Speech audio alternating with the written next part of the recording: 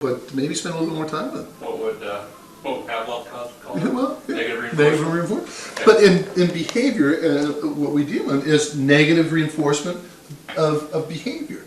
And that's neither right or wrong, because you can negatively reinforce positive behaviors. Absolutely. So, what we do as concerned people in the classroom, working with autistic kids, is control. We want to engage and talk to them.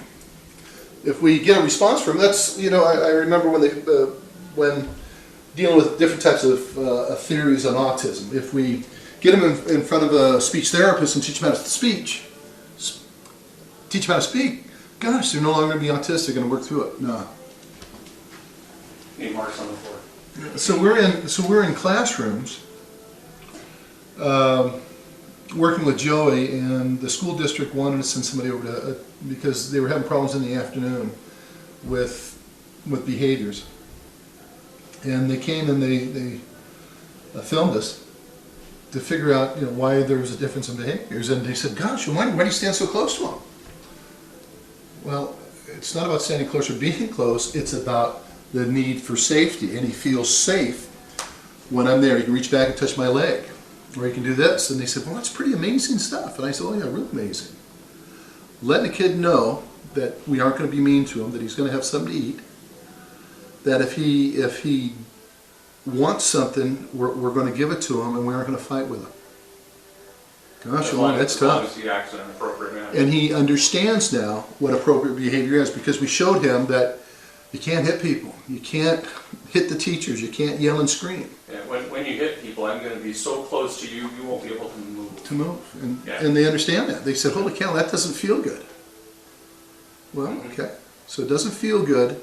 How am I going to be able to express my wants and needs? How am I going to do it without hitting? Well, I'm going to have to start asking.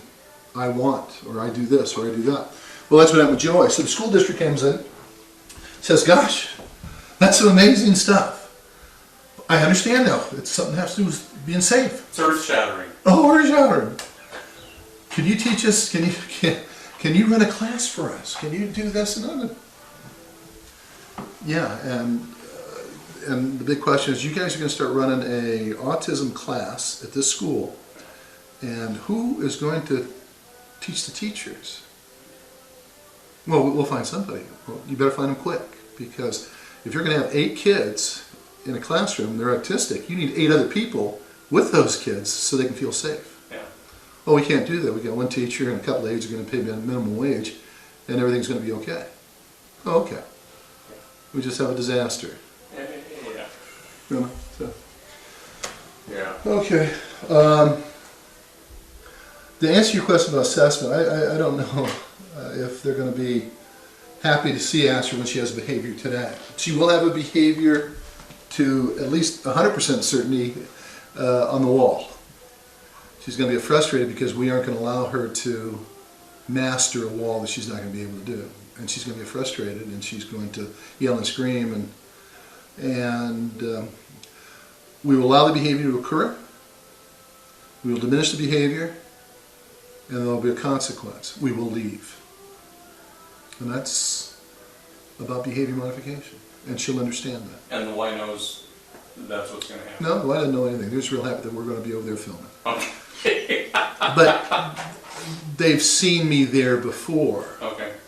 And Astrid's behaviors aren't like Joey's, where he was Right. beating heck out of it. She's gonna cry and she's gonna scream, because she's gonna want to do more. Mm-hmm. It's fun stuff. Chuck climbing up those mountains, it's fun stuff. What's it do? Have you done it? No, I can't get up there. I'm afraid of, 4 feet, 4 feet, that's it, right What? here. I jump up in the air and I get up that high, I'm afraid. This is man who climbs ladders. Barely though, I'll go to the roof of the house. barely, but we're good. With trepidation. Trepidation. So let's wrap this segment up. And let's go see.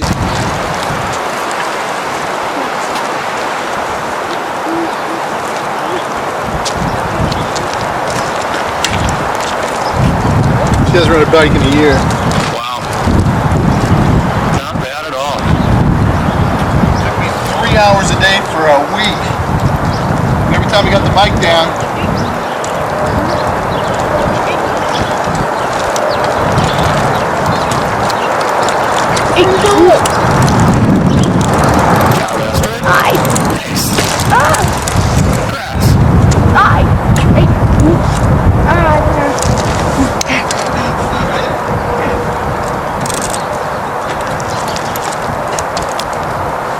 Take your hood down. Hold on.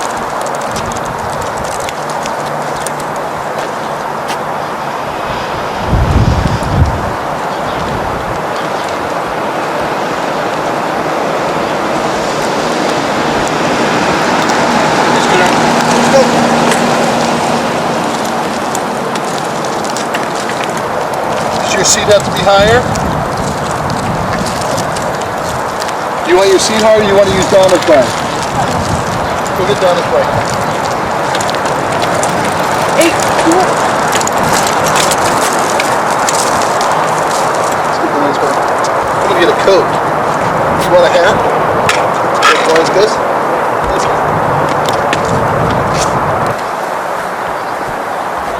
Nice hat.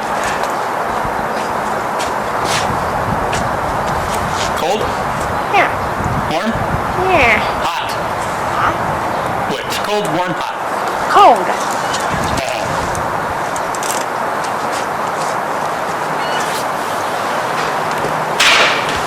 Ready? You need your seat higher?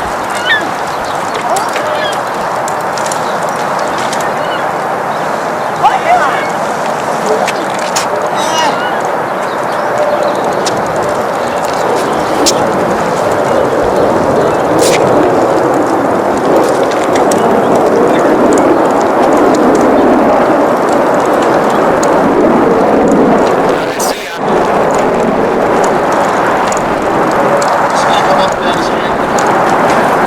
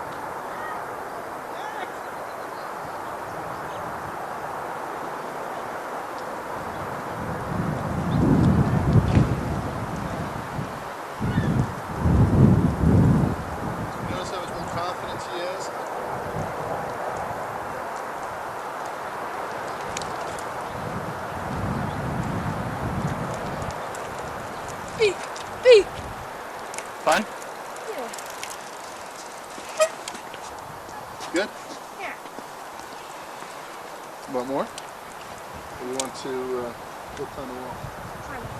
Let's go climb the wall. Excuse me. Last year. And I said, you want to climb? She said, yeah. Want to climb? Yes. Yes! So we went and climbed. So we get there and she's getting real excited. She jumps on us and first thing they do is they have you climbing that the rope ladder. Sure, yeah. Holy smoly. So she's up there, transitions up, and then she rappels down. And then, you know, most of us just want to just do the easy wall where you just go straight up and come back down. Sure, yeah. She masters all those in about 3 minutes. Wow. Sprinting at them. She's got some old, you know, these old tennis shoes on, and so then she wants to go vertical and then horizontal, and she's trying to hang on. She's not strong enough, and she starts crying. Yes. The first time we rode a bike, 3 hours a day, she just started crying, bawling. She never gave up. Scared to be on the bike, you know, real bad. Saw her today. Not scared at all. Well, she was hesitant, you know. Yeah. Just started the bike again, and before you know it, she was. See the confidence in her face. You see the difference in when we started this morning and now the confidence coming back. Oh, yeah. Doing the things that she does. All these things empower her. Her dad last year, they have a league called the Challenger League where they have special needs kids. On a Saturday, go out and play ball. It's not organized, no practice. It just, you know. I asked her to play ball. She didn't want to be Challenger League, so we got her. Had a couple of mitts, and we were playing hardball.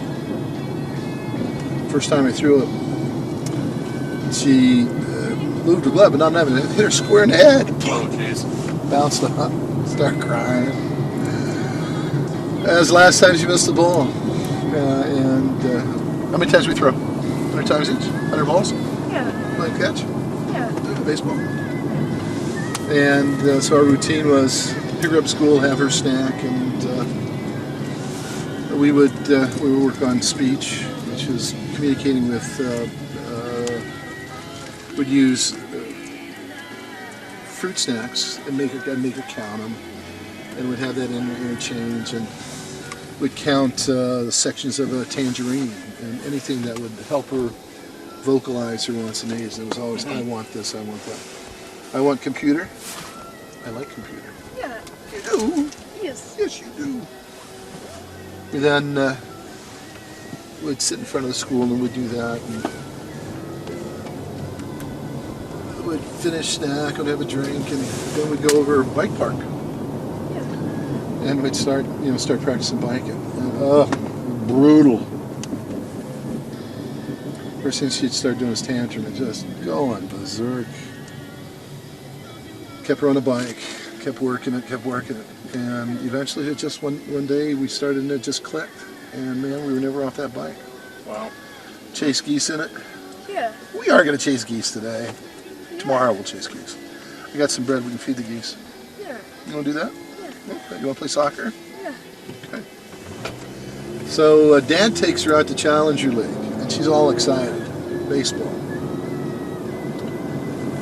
They're late, and she gets anxious, and she has starts having a behavior, and Dad jerks her home. Again, didn't want to be embarrassed.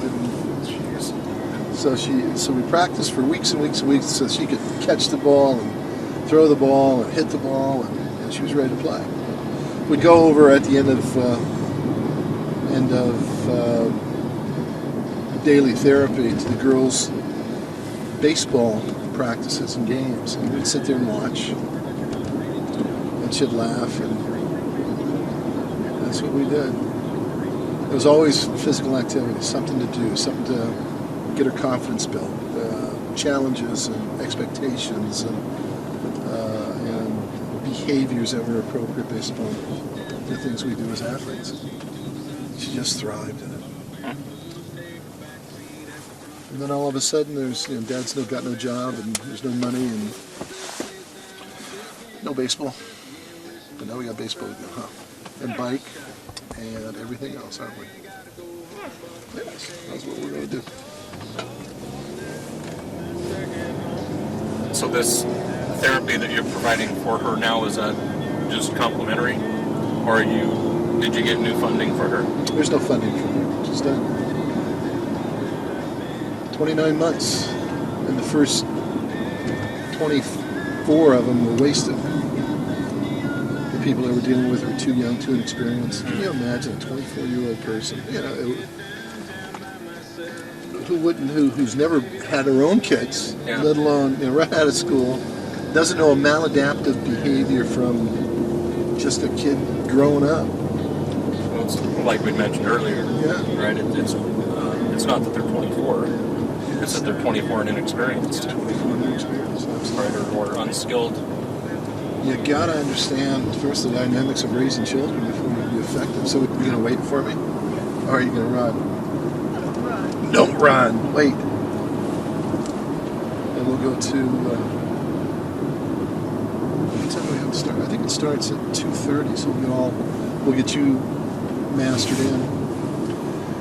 I'm anxious to talk to Chris tomorrow about the assessment. Mm-hmm. I think he's gonna be pretty happy. The biggest thing is his fears when he's not with her, and Yeah. Both of our fears. Now, is he coming over to the house tomorrow as well? Yes, he's coming over and he's bringing Ethan. Okay. I'm going to start providing therapy for Ethan also. They wouldn't assess him because he never showed any matter. He's very passive, very shy, very reserved, very timid. So all those descriptive words we use to talk about a kid who's just very introverted. But Astrid loves him, and he does wonders with Dad.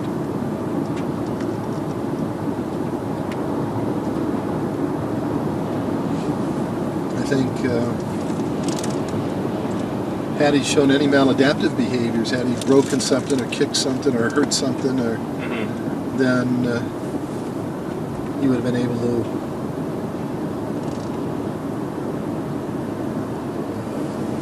receive services. Now at this juncture, because of his age, it's no one wants to assess him. There's not enough people to work with him. And he's how old again? He's Astrid's twin. Sorry? He's Astrid's twin. Oh, okay, that's right. Yeah.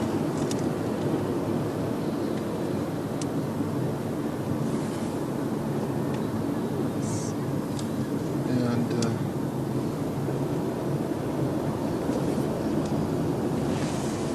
they were going to assess him at the DDA he was working at. Then they dropped IBI, couldn't find any qualified people. And the kids that they had went to other agencies, and Astrid lost. And so instead of trying to build up another group, it's a lot easier to do developmental therapy, which is get paid by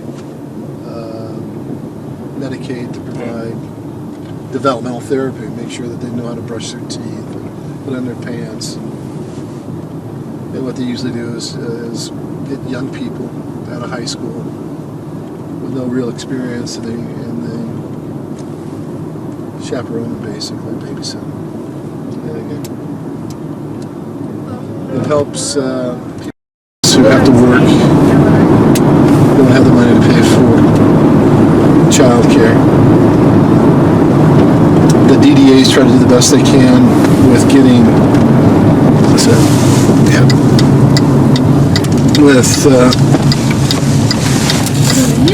good people. And you can't pay a decent wage. Most of them, the wage is taken with overhead, like any business.